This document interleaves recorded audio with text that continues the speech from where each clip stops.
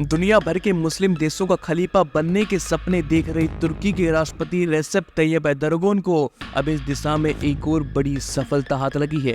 तुर्की मुस्लिम देशों पर लगातार दबदबा बना रहा है। दरअसल सोमालिया ने अपनी समुद्री सुरक्षा का जिम्मा तुर्की की सेना के हवाले करने का फैसला किया है। सोमालिया के राष्ट्रपति ने आधिकारिक रूप से इस घटनाक्रम की पुष्टि की है। सोमालिया और तुर्की के बीच ये डील आने वाले 10 सालों के लिए रहेगी। तुर्की आने वाले 10 सालों के लिए सोमालिया के समुद्री क्षेत्र की रक्षा करेगा, लेकिन सोमालिया के इस इलाके में भारतीय नौसेना सबसे ज्यादा सर्च ऑपरेशन करती आई है। इंडियन ओशन के क्षेत्र में भारतीय सेना का दबदबा है, लेकिन अब इस क्षेत्र में तुर्की की सेना अब उतरने वाली है। इसलिए अब सोमालिया के इस डील के बाद भारत और तुर्की के बीच टकराव होना संभव है। तुर्की की सेना सिर्फ सोमालिया के समुद्री क्षेत्र की रक्षा नहीं करेगी, बल्कि सोमालिया की राष्ट्रीय नौसेना को भी विकसित करेगी। सोमालिया की सेना को प्रशिक्षित करेगी और उन्हें हथियारों से लैस भी कराएगी।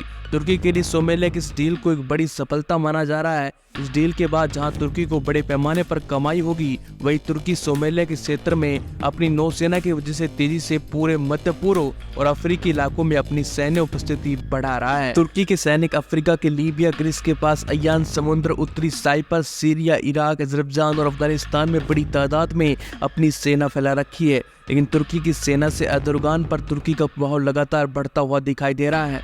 सोमालिया सांसद ने तुर्की के साथ एक रक्षा और आर्थिक सहयोग समझौते को अपनी औपचारिक स्वीकृति दे दी है। इस समझौते के बाद तुर्की की सेना को सोमालिया की सेना पर सेना निर्माण, प्रशिक्षण और सुसज्जित करने और समुद्री जल की रक्षा करने का अधिकार दिलाता है। सोमालिया के प्रधानमंत्री हम्पा अब्दी वेरी ने इस समझौते को ऐतिहासिक बताया। उन्होंने कहा कि समझौता देश के लिए एक स्थायी विरासत होगा। इस समझौते के बाद आतंकवाद, समुद्री डकैती, अवैध मछली पकड़ने, प्रदूषण और भारी खतरों से हमें सभी चिंताओं से हमें दूर रखेगा और इन सब पर अब तुर्की का प्रभाव रहेगा।